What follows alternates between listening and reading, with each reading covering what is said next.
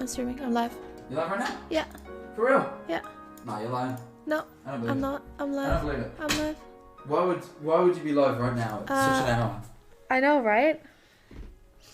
Ah, shit. Look, Wow. look. We have double Jack Manifold here now. I forgot I'm always on the alt streams. You are. You're I forgot. You are always I came on in the to alt look at the food. streams. What do you want? I don't mind. You don't mind? I don't mind. What? Oh, also, I hung up your hoodie here because it was I sat on it and I didn't want to sit on it. Thank you so much for the sub, Alex. I appreciate it. Let me change the sub box. That's a cool fucking name, Bubble Alex. Thank you. Well done, man. We're reading Passerine. Have you ever read Passerine? Okay. I've seen an animatic on it once. Yeah, the saddest one. We're reading that right now. Yeah, it was saddest. Huh? It was saddest, you're right. Yeah, it was saddest. Yeah. That one's the big one.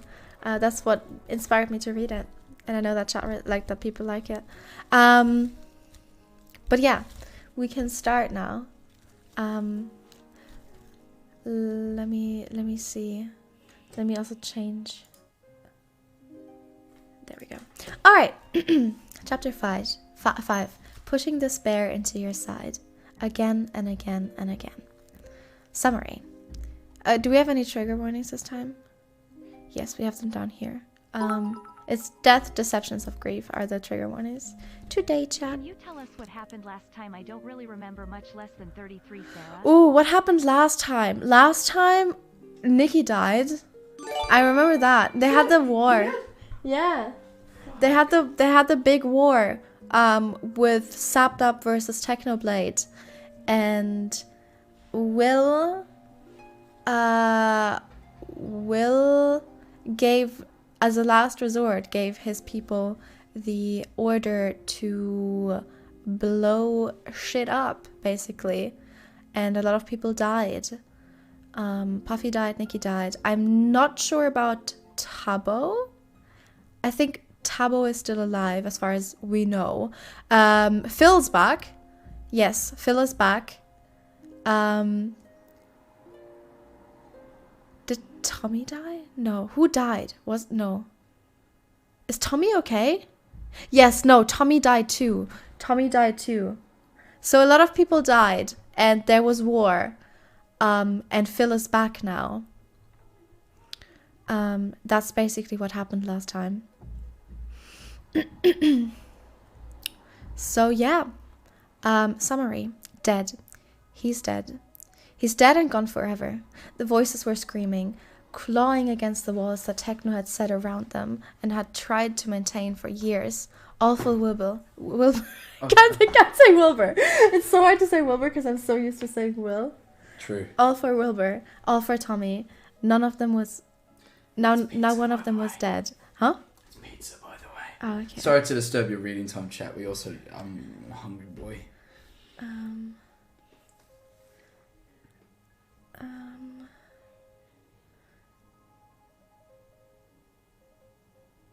Sorry. Here you go.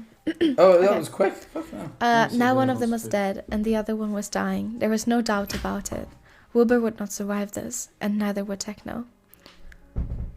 Or conversation, counting sins, and coming to terms with the cost of being a brother. Okay. Trigger warning, like I said, are these. Hi, Sushi. Hi, Nikki. I tested positive for COVID today, and I am feeling RLL like that. But seeing that you are streaming I'm has sorry. made my day. I hope you are stay well. safe. I hope you're alright. I hope it's not, a bad COVID. Anyways. I love you so much, and I just want to say that you are my favorite Twitch streamer. Heart. Oh, thank Keep you. up I the good appreciate work. it. Okay, I'm not gonna interrupt anymore though. So if you want to send something, I will react to it after this chapter. He first held Tommy in a sunlit room. He had come earlier than expected. Was such a small thing, so much smaller than his brother had been. The midwives had told them there was a chance they could lose him within the hour, and his wife had cradled the newborn against her chest, sobbing against his pale skin. "My baby," he cried, "my little fighter, be brave, Tommy, be strong." But Tommy was so still in his mother's arms. Filza had stood at her bedside, watching her coo and cry at a baby that did not stir. He had lived 1,000,000 lives, and all its miseries combined could not compare to the pain of being a mourner at his son's birthbed. And as the minutes churned on, heedless of the growing abyss inside his chest, he found that he could not even cry. It was a sadness too big for tears, a grief too infinite to measure.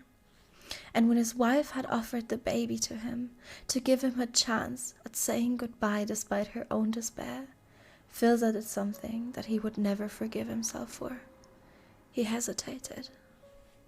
He looked at the silent bundle in her arms, dead before he could even live, and felt the fracture in his heart grow. This was the fate of humanity eventually. It did not matter if Tommy lived to the next year, the next decade, or the next breath. He would still one day die. Bitter and numb and hateful of the world, Filza wondered if it were better that Tommy died now.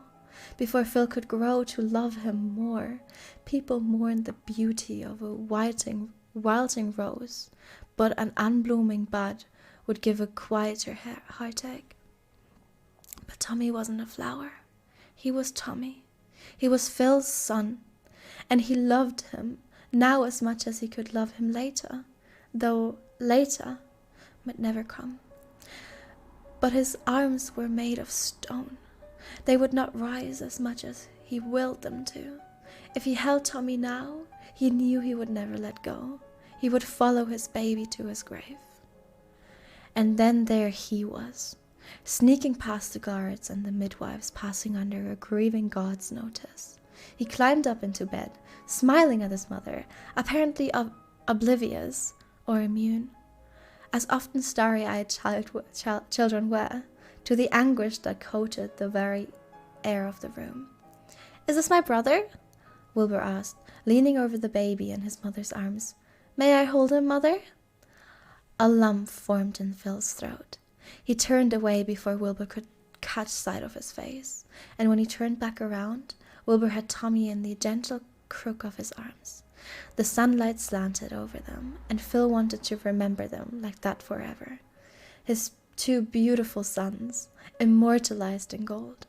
Wilbur's earth-brown curls hid his expression as he bent over the baby, murmuring something Phil almost didn't catch. And the baby began to cry. Wilbur pulled back, astonished, his face drawn in awe.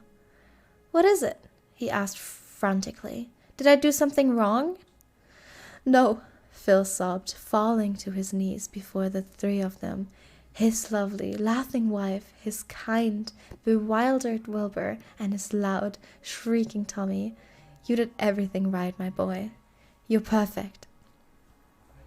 Now Wilbur held his brother, a baby no longer, but still so small, to his chest as they walked through the quiet, empty camp.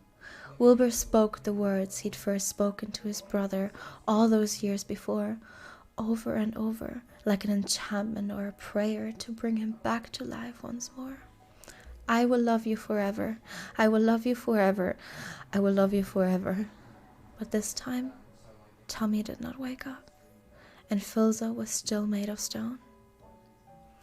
He walked to the ruins alone. Night had fallen, but the moon and stars were hidden by heavy clouds, cloaked the earth in darkness. The sky itself was morning. Tabo moved through the gloom, the torch in his hand creating shadows that seemed to reach out towards him like helpless ghosts. He stepped mindlessly over the rubble, his feet meeting dirt and stone, and sometimes the flesh of fallen comrade. "Hello?" Hi. I'm joining story time. Okay. Stay all left. Or an enemy. But did that matter anymore? That had not been as lucky as him. His ears were still ringing from the explosion, and his bones felt like a house of cards, one whisper away from collapsing. But he was alive. He was alive, when all the others were not. When the dust had settled, the survivors had come crawling out the wreckage. Tabo had counted. They had been warned, of course. They had heard the king's signal and ran as fast as they could, but not all of them were fast enough. The royal army had left the capital city with 20,000 soldiers. In the end, only 800 remained. Not all of them had been lost to explosions. Most of them had already been dead by the time the mountains fell, slain by enemies and their cavalry. But the smell of sulfur still hung in the air like an accusation, following Tabo as he made his rounds. He was meant to be looking for other survivors, but Tabo had come to know a thing or two about lost causes. He could walk his valley for days, and all he'd find be broken remains of 2 armies, a mass grave that would honor no one. In a century, people would walk his land again and see only green hills blooming with blue flowers. Oh, you just... Okay. Sorry, yeah, I am here. No, it's all good. Just, it's very weird now that I have an audience that is here and can give me real-time reactions. Literally, there are 3,165 people listening, and I'm just the 3,166. Okay. Anyway. Oh, this is not a good song for this. Yeah, this is a good song. The prince was dead. That was what they were saying. Killed in the final moment of the war, its last casualty. A month ago, Tabo had watched the prince laugh on a balcony, his face lit from within. Now there was no light left anymore. Overhead, the clouds broke open, and the heavens began to weep. It was raining outside. Techno could hear airdrops pouring against the roof of the tent and creeping through the cracks.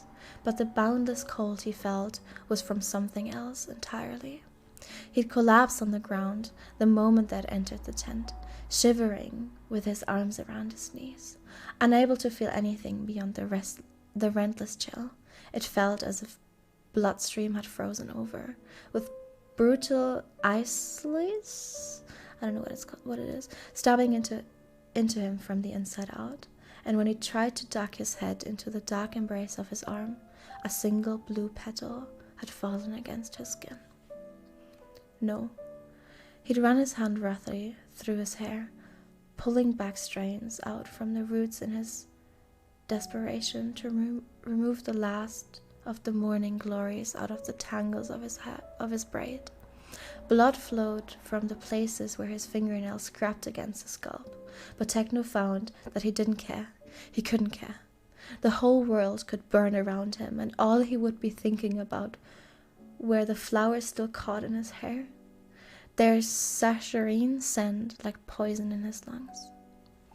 He clutched the flowers in his head, blood-stained and trembling, and threw them as far across the room as he could, where they landed at the feet of the king.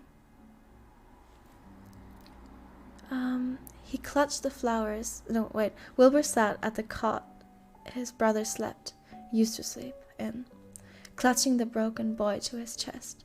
He was rocking back and forth, muttering words Techno could not comprehend as he pushed the hair back on Tommy's pale, unmoving face. Dead. He's dead. He's dead and gone forever. The voices were screaming, clawing against the walls that Techno had set around them and had tried to maintain for years. All for Wilbur, all for Tommy. Now one of them was dead, and the other one was dying. There was no doubt about it. Wilbur would not survive this, and neither would Techno. Blood, the voices demanded. Blood for the blood god. His hands curled into fists, so tightly his nails broke the skin of his palm. Blood trickled down his hands, but it would not be enough. He wanted a massacre.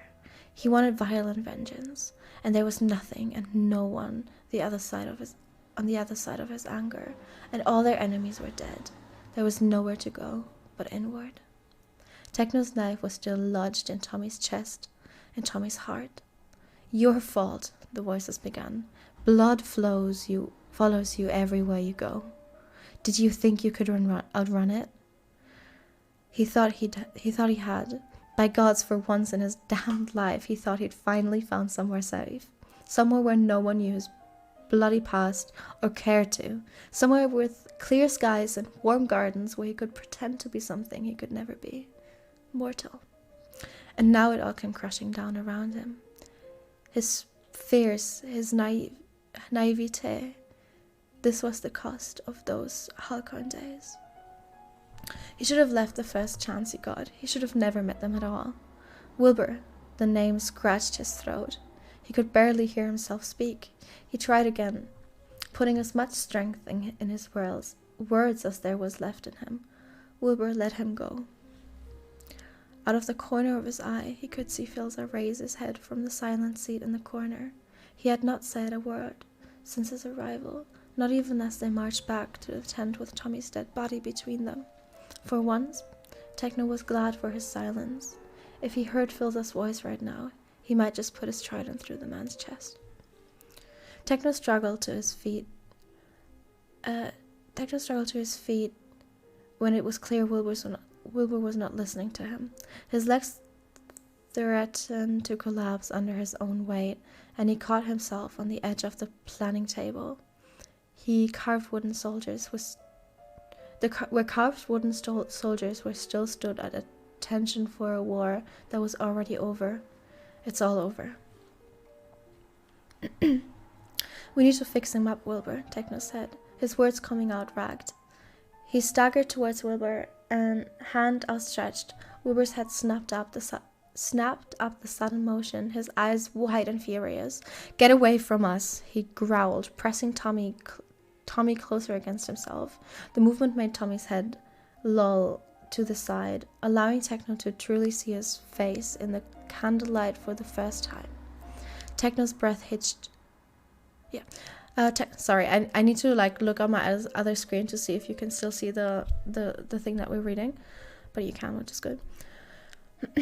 Techno's breath hitched in his throat. Tommy looked so peaceful, as if he was simply sleeping, as if any moment now his eyes would flutter open and he'd grin up at the both of them, easily diffusing the tension as only Tommy could. Wake up, Techno begged, prayed, wished. Please wake up. But he never would again. You can't hold him forever, Techno spat. For God's sake, Wilbur, there's still a dagger in his chest. Wilbur looked down at the still bundle in his arms, noticing the state of his brother for the first time. Absently, mechanically, he reached out to wipe a streak of dirt from Tommy's chest. His expression grew increased as the stubborn soil clung ferociously. I cannot read this word, chat. Ferociously, thank you, to his brother's skin, and Techno feared he might just wipe Tommy's flesh down the bone. Now I can actually ask someone how to say all these words. There's so many words in here that I don't know. Anyway.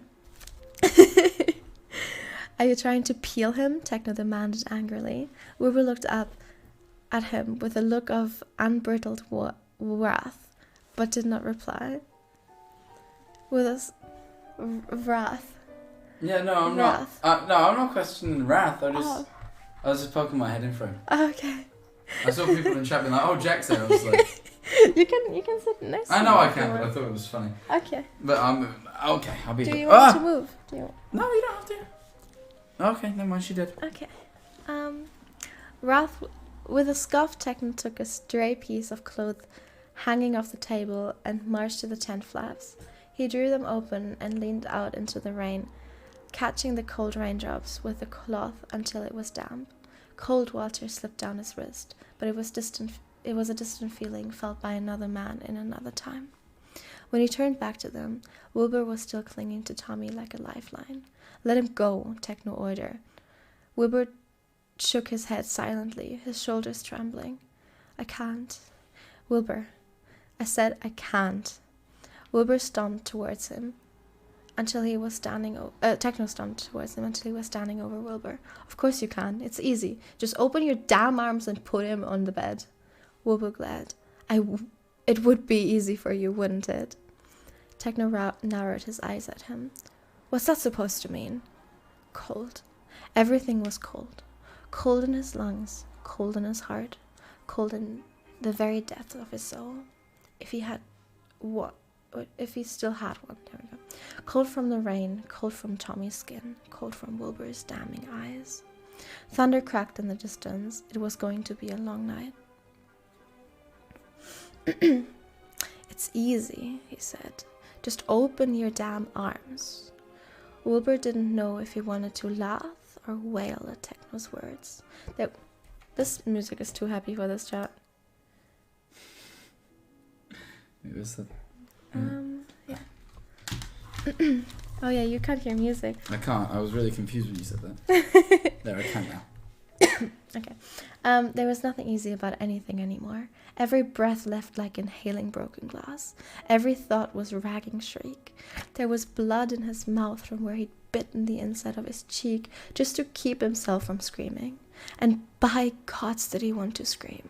He wanted to tear the whole world apart with his bare hands, burn and salt it, leave nothing behind, not even one whisper of what once was. It did not deserve even the memory of Tommy. Wilbur didn't know if he... Oh, no, you heard me. There we go. Wilbur hissed at the man standing before him. Both of them glovering, but not truly seeing each other. Everything comes easy to you, doesn't it, blood god? Techno's brows drew together in anger. You don't get to throw that back in my face. Not tonight, not after everything I did for you. Wilbur's arms trembled. He looked down at his brother's sleeping face. Sleeping? Sleeping? He isn't sleeping. He's dead. Dead. With a rattling breath, Wilbur traced the curve of Tommy's cheek, stopping where it used to dimple when he smiled. And then Wilbur looked down at where a knife still jugged out of his chest like a violent reminder. Fresh tears stung his eyes, and he tried desperately to blink them away before they could fall. And still a rebel tear found its way down his face, caving his dirty cheek in half. Death. Such a small word for such a big thing. Wilbur hadn't even wanted Tommy on the battlefield in the first place. He had planned to leave Tommy at the castle where he would be safe behind walls and his own personal army of guards. But Techno, goddamn Techno, had talked him out of it. Tommy is stronger than you'd like to admit, Techno had said, and smarter than anyone gives him credit for. And if you leave him behind, you will not only lose an irreplaceable asset, you will also lose your brother's love. Don't stand there and tell me that Tommy will allow you to fight this war without him, and what will you do when he inevitably protests? Lock him in his bedroom? Shackle him to the wall? You tried to protect him once before, and look where that got you. And so, Wilbur had taken his brother to the front lines, ordered the tailors to make him a uniform that Wilbur would have killed to never see him wear, and then he'd sent his brother, his baby brother, his Tommy, off to the slaughter. And now he was dead. Dead in the red and blue colors of the family that failed him one last time. No, the voices hissed, not your family. Wilbur met Techno's eyes once more. This is your fault. And Techno was right in the end. It was damnably easy for Wilbur to stand, open his arms, and place Tommy down to the cot before his body had moved on its own. But this time, every action was deliberatable. Deliberate. Deliberately, he shrugged off his torn and bloody coat and put it over Tommy to keep him warm. If warmth was something dead bodies still felt. Deliberately, he tucked a loose strand of Tommy's hair behind his ear. Deliberately, Wilbur let his brother go. Deliberately, he turned and faced Technoblade. Anger, it seemed, was stronger emotion than sorrow. I need water. Need water? Yes. Do we have water? No, that's empty. I can you fill give it me up. water? Yeah. Thank you. That's okay.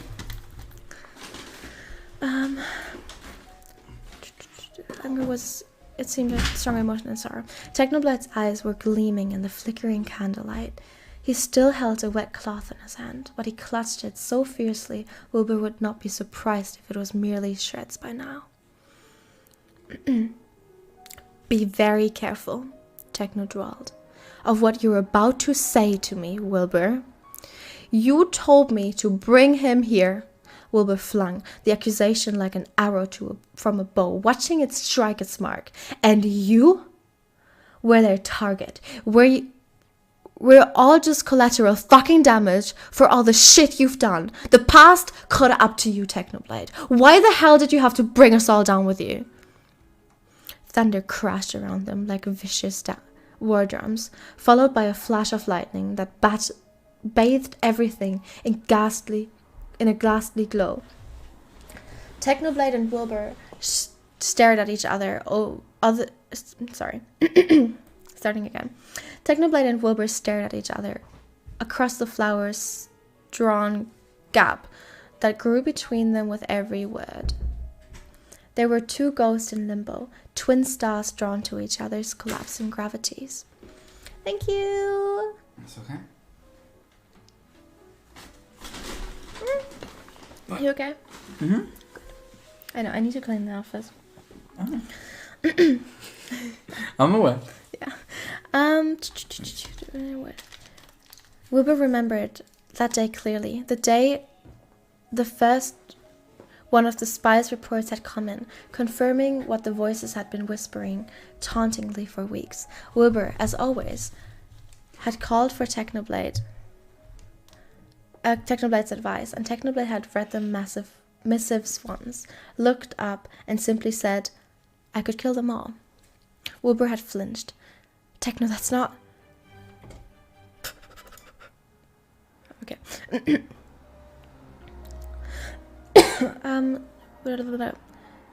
Techno, that's not... I could. You know I could. Technoblade had leaned over his desk, meeting Wilbur's... No, this is a bad song too. I need to get a better playlist, chat. Sorry. Okay, this says C minor, but I think this is... Yeah, we can do this one. Technoblade had leaned over his desk, meeting Wilbur's incredulous stare with hazy eyes. Just say the word. Wilbur had not. They'd argued like they'd never argued before, like they were arguing now, and Technoblade had left, slamming the doors of Wilbur's office with such force it rattled the books of his sleeves. And then, not even a day later, the Green Army had massacred an entire city at the borders. Had Technoblade been right then? Was Technoblade right now? Wilbur found it didn't matter. He didn't care. All he wanted was to rip and tear. His fury would not discriminate. Ah, Technoblade. Wilbur shook his head ruefully. Yes, ruefully. Always choosing violence at every turn. Technoblade inhaled slowly. You don't know what you are talking about. Oh, don't I? Wilbur watched Technoblade's features wrist in surprise and grim anticipation, quickly hidden by a veneer of indifference. Did he know what was coming? Did he fear it as much as Wilbur was eager to twist the knife? Tommy didn't know about where you go off on your little nightmare escapades, but I do. Wilbur finally said, finding a grim sort of delight in the way Techno froze on the spot. Did you think I wouldn't notice? Did you think I wouldn't ask questions or follow you? You're an idiot, Wilbur, Techno said, his words nothing less than venomous. Wilbur only smiled the face of his fury. Did you at least have fun murdering your way through the woodlands, Techno? He'd been 17 when he found out. In truth, he didn't even know he'd arrived at that forest. He didn't even know he'd arrived at that forest. It was exactly like the first time he'd ever seen Techno leave, all those years ago, when the raging voices had followed him into the darkness and he'd woken up somewhere with no recollection of who he'd gotten there, of who he'd gotten there. But all of his confusion had been quickly replaced with fear as he spotted Techno moving between the trees, stalking after something crawling across the forest floor. Someone. Sorry, Chad. I've been reading too fast.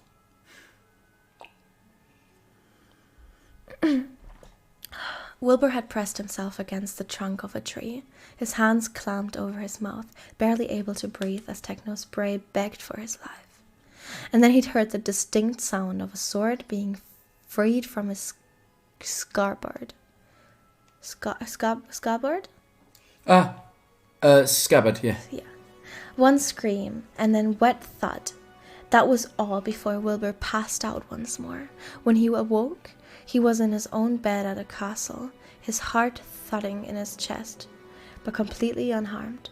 He'd taken a deep breath, glad to brush it all off as a nightmare, before he noticed a single green leaf clutched in his hand. He'd never spoken of it, until now. Go on then, Wilbur said as Technoblade simply stared at him, breathing heavily. Tell me you've changed. Tell me you don't know what I'm talking about. Tell me you aren't the same bloodthirsty god from the stories. I expected you, of all people, to understand. Technoblade's voice sounded strained, like a taut rope. Like a taut rope one pulled away from unraveling. You know the voices, they don't let go. They demand their fill, Wilbur, and sometimes it's unstoppable, but I've been trying so goddamn hard. There it was, the crack. A hairline fracture slowly fissuring into something more. If you really were following me, you'd know I haven't killed anyone for years before today. I stopped. I fought the voices off, even if it took everything from me. You think you got me pegged, Wilbur? All you need to define me by was you and Tommy. But go ahead and find other definitions if that will make you happy. Let's see if you still have anything left in me to care. If I still have anything left in me to care, sorry. The music matched really well for a bit there. I know, it did. That was crazy. Like, that was good. That was good, yeah. That made Wilbur pause, if only for a second. Then where have you been going? Looking for your father? Technobay spat, as the words fell between them like a dead weight. Wilbur turned towards the man in question, but his father had not moved in ages, stuck, sitting with his head in his hands, oblivious to the thunderstorm around him. Not one word, not one move. Of course, he thought bitterly, taking in his father's slumped shoulders and the obsidian wings tucked close around him. Why would I expect anything different? Wilbur wanted to feel angry at him, wanted his vision to grow red every time he caught a glimpse of his father's golden hair in his periphery. Thank you. I would have failed with that. No, you got it right. You said it a long time, mate. It's just you paused to do the music. So I was like, oh, she's confused. But you actually got it right. That's good. Thank you. In his periphery, cutting on his father's hair. But he only had his pity. Wilbur had not seen his father in years. But looking at him now, he didn't see the cold, distant king of the past. He only saw a pathetic excuse of a man. Someone who'd abandoned his sons. Who only returned after all the hard decisions had been made. After Wilbur had been forced to make them, he didn't want to spare a single thought more on the laughable sight of his father sitting leagues away from his Tommy's body, not even bothering to meet the eyes of the only son he had left. That's right, Techno said wrathfully, catching Wilbur's attention once more. The blood god stood with his fists clenched at his sides, trembling with fury. Wilbur had never seen his eyes so hateful, not even when he was carving his way through the battlefield. Wilbur reveled in it. Thank you. I went out every night for years, ignoring the voices, ignoring everything, to look for your father, to give him back to you, because I saw you. Every meal you missed, every hour you spent studying politics instead of sleeping, every time you felt you were choking, I saw it there. I was there for you, and it killed me. So I went off to look for someone to help you. I tried telling you I've changed. I only bite when my family's in danger, but you still see me as some sort of rabid dog. And those people I did kill in the forest, they were criminals, Wilbur.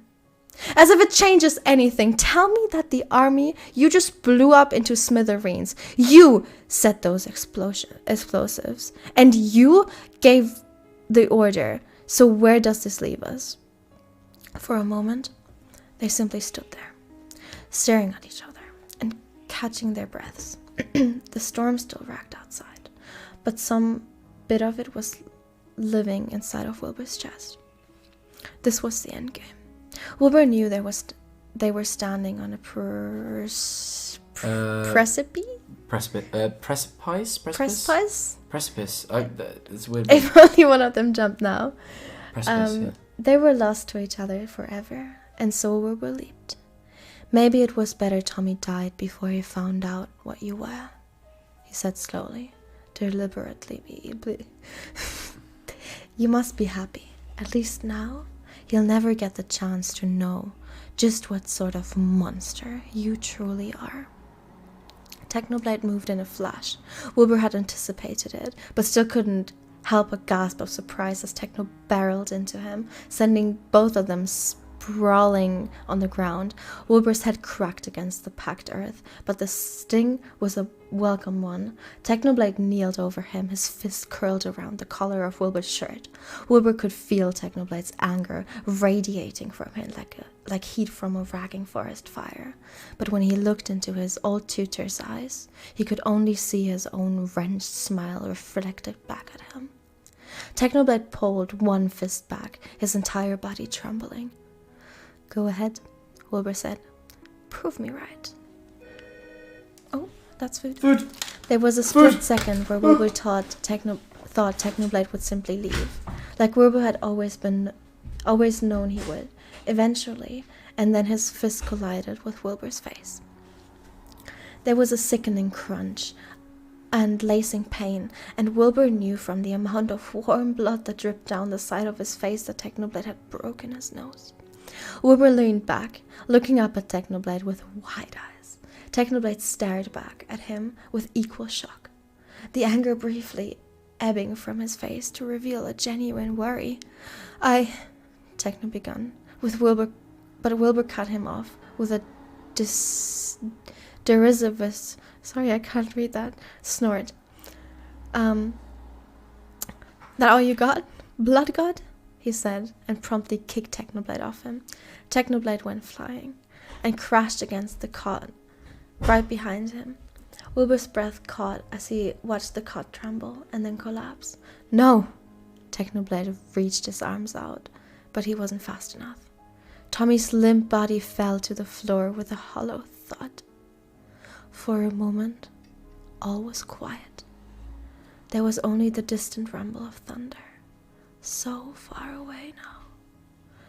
Technoblade and Wilbur simply stared at Tommy's body lying in the dirt before them, like abandoned refuse, like a toy, once loved, now broken, discarded by a careless toddler's fickle hands. He hated himself for it, but his first instinct was to search the room for his father. He met his father's eyes as the old king slowly rose his seat, his mouth a thin line of disapproval. Always disapproval, the voices hissed, even now, especially now. Wilbur wrenched his gaze away from his father's, only to be met with Technoblade's, his pale face a study in grief. What the hell did we just do? Technoblade was, what the hell did we just do? Technoblade whispered, almost too quiet to be heard over the pouring rain. But Wilbur was already rushing to his feet. Before Technoblade could say another word, Wilbur ran. Are we doing some water chat? Hello? Hi. You can come here. I know. I just felt like standing. Oh, okay. Okay, you just felt like standing. Yeah, I went on a fucking hunt for the cats because they tried to get out after me. And did they? And then I couldn't find Zuko. I was like, oh, fuck's sake. Are they still in? Yeah, he's under Rihanna's bed. Okay. But I was like, oh, for fuck's sake. They try and leave when I ride it. Well, Zuko doesn't, but Toph does. Toph tries to leave the apartment. Yeah, Toph did leave, but she stands outside the door, and then I look at her, and she knows she's done wrong, so she runs back inside, and then I open the door, and I can see her still running into the kitchen. Yeah. She gets very scared. I'm a scary man. What can I say? Yeah. Okay.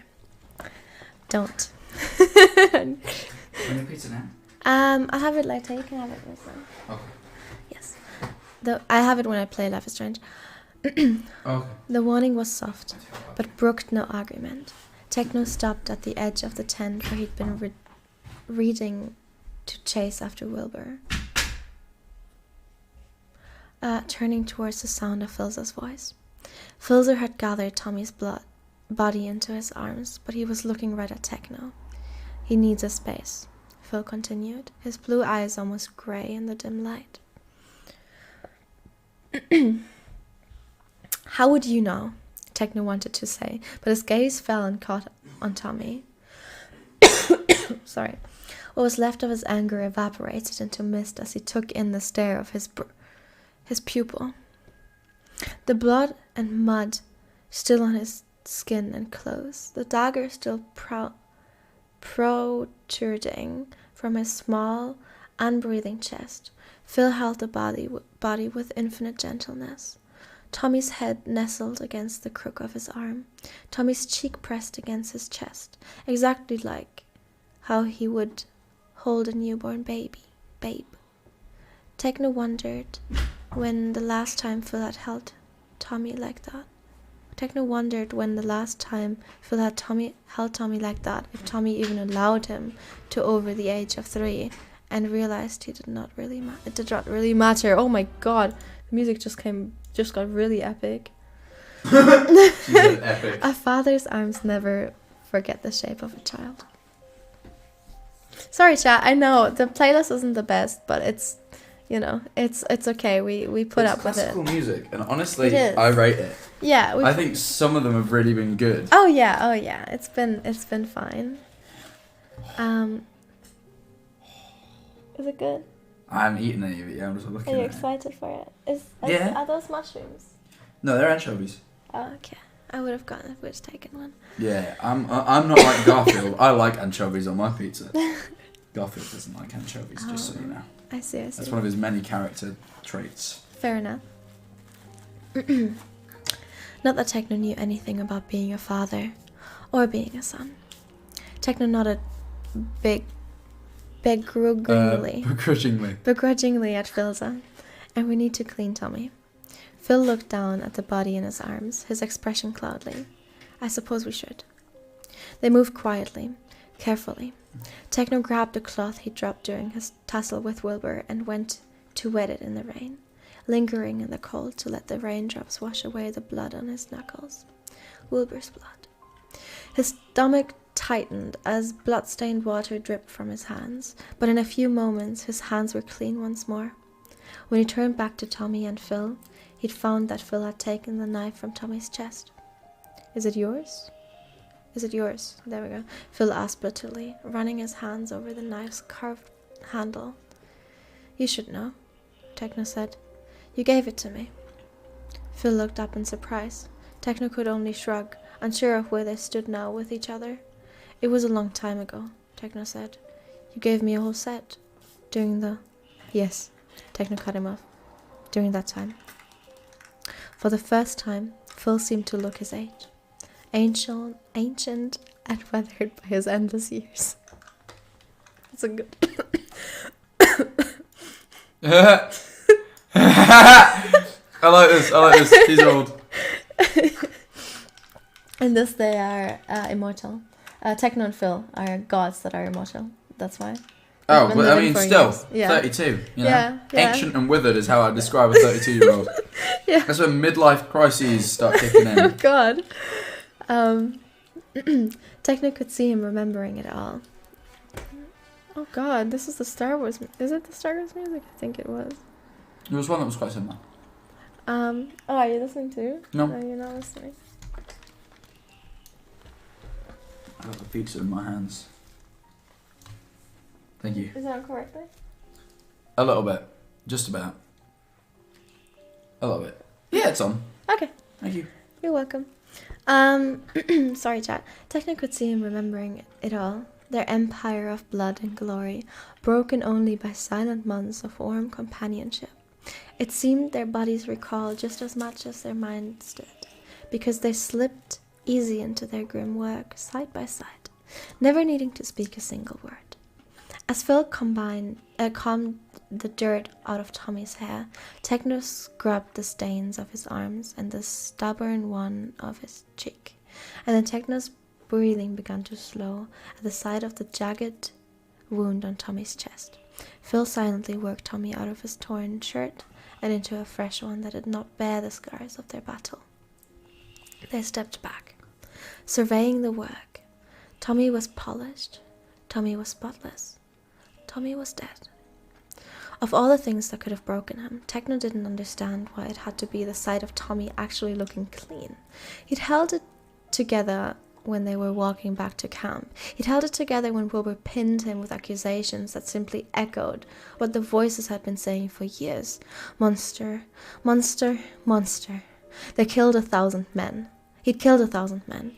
He'd seen Ali's eviscerated and witnessed the fall of kingdoms. He'd seen Phil's kneel. He'd seen the world end 100 times over and watched its people rebuild it over and over while he stood back, helpless, wanting to scream at them for being foolish, but also yearning with all his might to be able to love something enough to also love what grew from its ruins. And looking at Tommy's peaceful face was what finally made Technoblade Emperor of Ice, Blood God, Destroyer of worlds, cry. He stood over Tommy's body and let the tears fall. He felt himself come undone with grief and guilt, misery and madness. And all at once he understood. He understood the anguish of the war god's eyes. He understood the pain of the widows and orphans he'd left in his wake. He understood the agony of an entire world, I can't read anymore, chat, brought to its knees before a merciless God, and he felt it all. A hand closed around his trembling shoulder. Techno. Phil's voice was a distant thing. We need to talk. Talk. Techno whirled around, shrugging Phil's hand off his shoulder. The other god simply backed away, giving Techno his face. Techno hated that almost as much as the blank look on Phil's face. Come on, Niki, get yourself together. What is there to talk about? About? Philza swallowed. Leaning against the table as if he could not bear his own weight any longer. About why I left. Your son is dead. The world's tasted like ash in his tongue. His corpse is right in front of you, and you want to talk about yourself? Philza flinched, but that was the extent of his reaction. This is important. You have to understand. What is there left for me to understand? It's not over. Philza's eyes bore through him. The war isn't over. Techno exhaled heavily. Don't screw with me right now. I am done. I am finished. Would it help, Philza said slowly, if I told you the leader of the Green Army, its general, its ruler, whatever, is still out there? Techno blinked. Hot tears still sting in his eyes. What? Philza's lips drew into a thin line, a habit Techno recognized from their empire days as something Philza did when he was trying not to scream. I left for 1,000 different reasons, Techno. When she died, I just knew. Though the pain of losing her was more than I could bear, I knew something would come. And it did come. Sooner than I expected, but it came. He glanced at Tommy, his expression undecipherable. Undecipherable. The death Her death destroyed me, but I knew the day I lost my sons would be the day I destroyed the world. His eyes slid to Techno. You understand that, I think. Thank you, by the way, for helping me with the words. That's okay. I'm eating pizza. Yeah, is it good? Mm. Good. Got anchovies on it. Salty pizza. Are they good? Unofficial Quackity right. Hello, everyone. We're reading Passerine, chapter 5. And I'm eating pizza. And Jack's eating pizza and helping me with words that I cannot say. Hi, Dave. Big fan of Jack Manifold. Same. For real? Yeah. Anyway. I do. Technoblade did not want to agree with him on anything, but there was no other explanation for the voices slowly getting louder and louder inside his head. He was beginning to lose himself. He already had. If he'd hurt Wilbur like that, it had only been a few hours. There was no telling what he could do, what he would become later. He stared at Filza for once, realizing that the Angel of Death might be called that for a reason.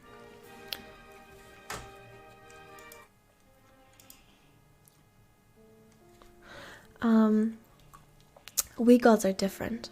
Our grief is infinite, but so is our power. Filza looked down at his hands. No being should have both. Grief, in a mortal, already does so much fucking damage. In us, it would be 1,000 times worse. So I did the only thing I felt could save me. Save everyone from my grief. Blue eyes found red. Have you heard of the Green God, Technoblade? Techno found himself nodding. The Green God. An infamous force, but a mystery to all. Technoblade had found the name carved into trees older than civilization and written into the mortals' holy texts. Filza smiled. The Green God could bring him back. The rest of the world fell away. And in its place, hope. Hello, everyone! Hello, hello! Hey, oh, you alright? I'm eating pizza. Yeah, do you have a good stream, everyone? I'm sorry you're only here now, because this might be very confusing for you. But like I said, we're reading Passerine, chapter 5. We're already on chapter 5, chat. Very cool. Anyway, let's continue. That's why. A single tear, the last of its kind, the last Techno could give, fell down Techno's cheek, warm and light. That's why you aren't breaking down right now. Oh, Filza gave him a sad smile. Believe me, old friend, I am completely losing it. I just had more practice at hiding it than you. Knowing I can revive my son doesn't do shit for the pain of seeing him die in the first place. And your wife? That sobered Filza quickly. I don't know. The texts I read, and there were millions, had conflicting stories about the Green God's rules. What he can do and what he can and can't do. They all agree he's powerful. Even more powerful than you and me combined, I reckon. But he can bring back Tommy. And right now, that's the only thing that matters. Techno was quiet for a moment.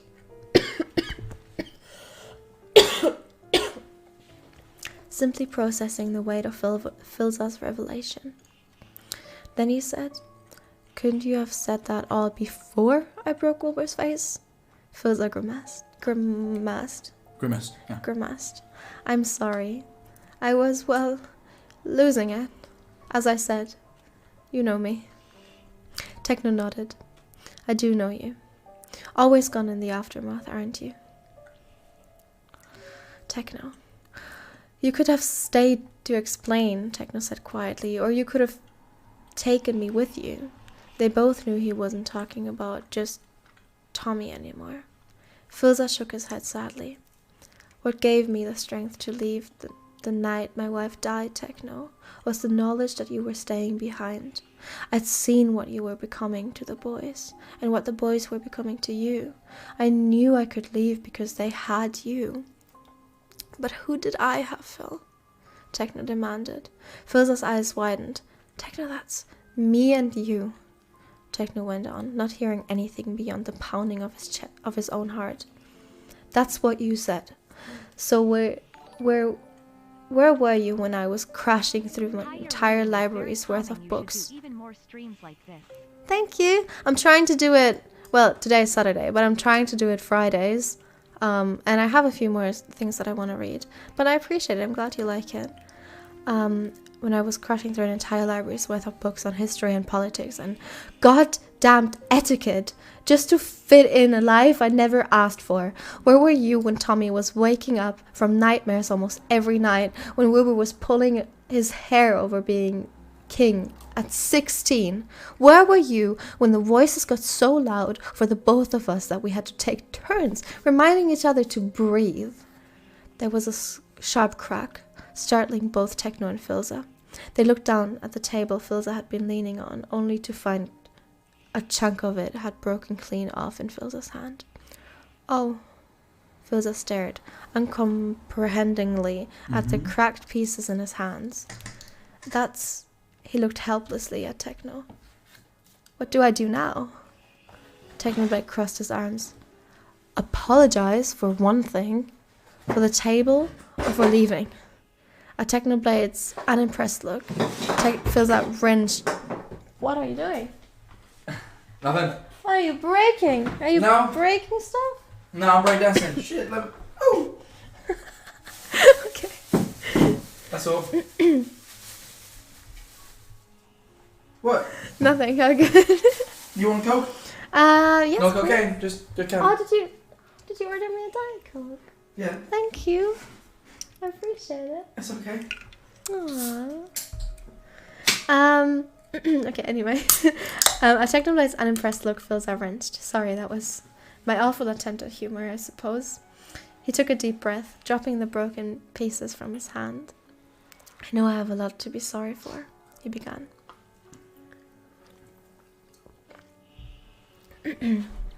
Techno sighed. There's going to be a but now, isn't there? I love this and you less than 3. Thank you. But, Filza continued, meeting Techno's disappointed stare head-on, something close to sadness flickering over his face. We have the rest of our lives for an atonement. Atonement? What? Atonement? Atonement. Okay. I will apologize to you every minute of every day once this is all over. I will never stop trying to make it up to you, but it will have to wait once we're safe, once we're all home. He glanced pointedly at Tommy, then back at Techno. Like I said, this war isn't over. The Green God is still out there. This was simply an invitation. An invitation? Techno... What? Huh? What? No, I'm just reading.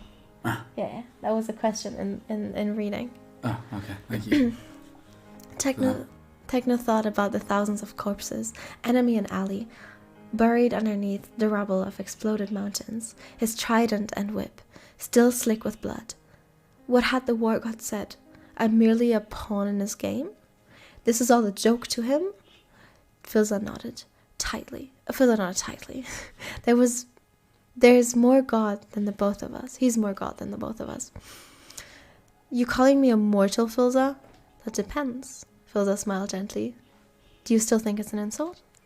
Techno did not reply. Instead, he turned towards the front of tent, to the rain still raging outside. Someone needs to find Wilbur.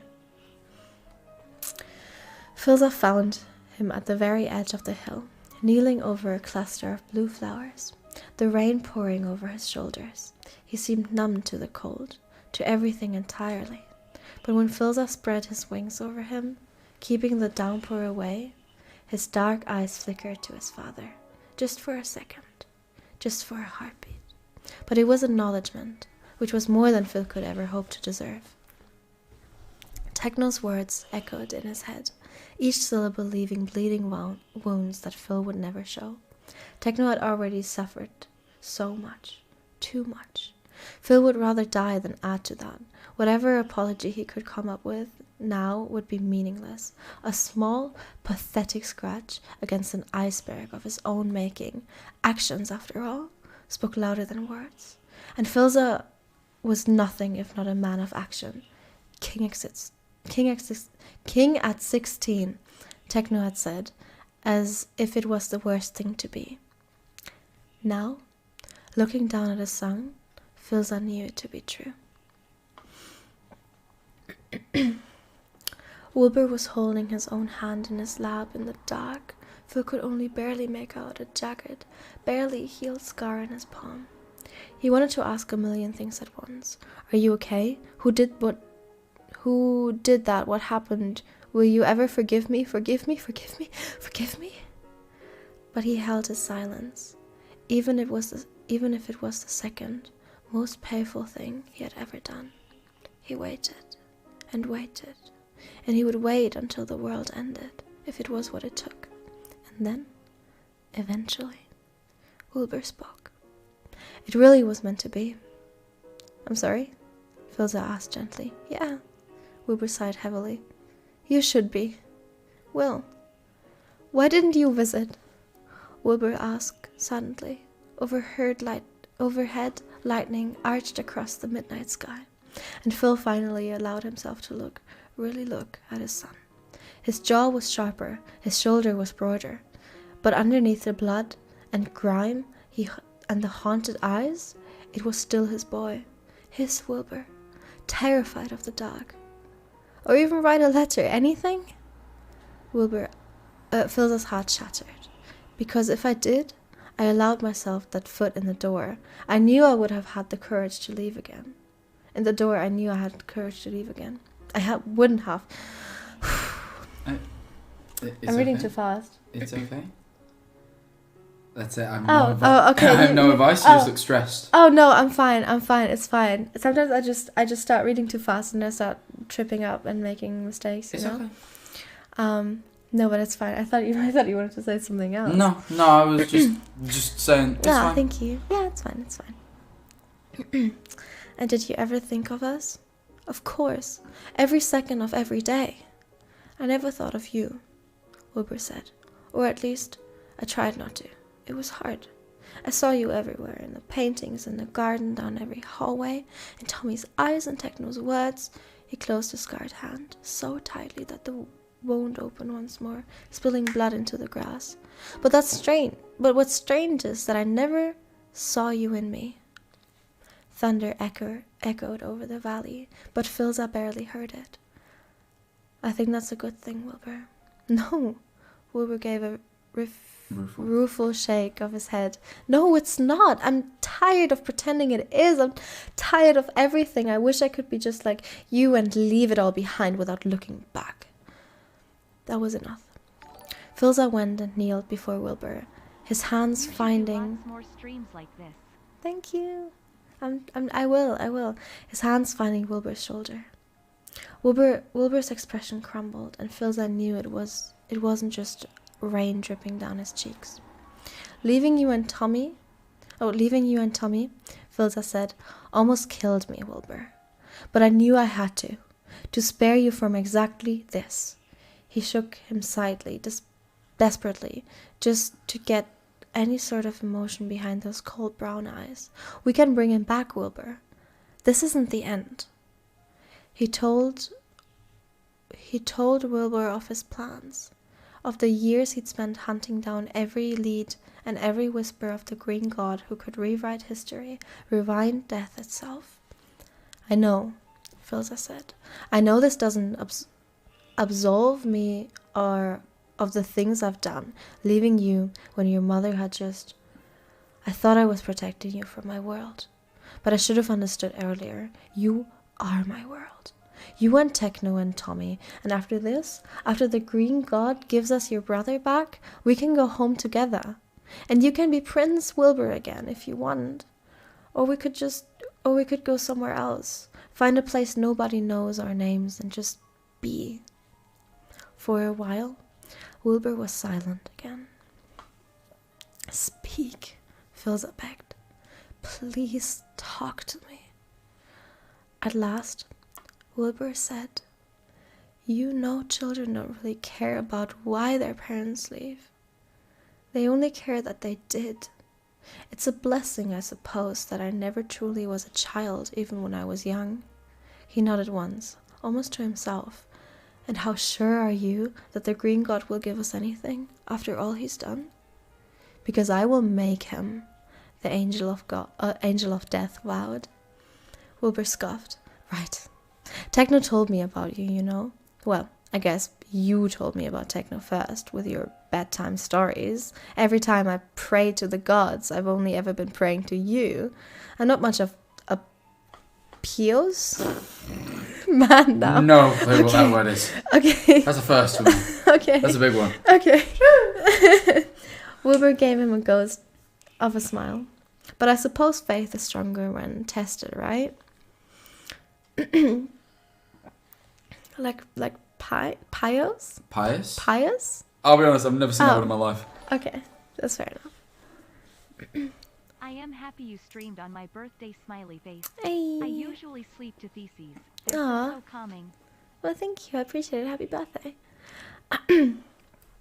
Before Philza could say anything, Wilbur threw his arms around his father, pulling him into an embrace. Philza stilled, a frozen, unmoving statue in his son's arms, and then he cracked. He leaned into Wilbur, his own arms going around Wilbur and pulling him close.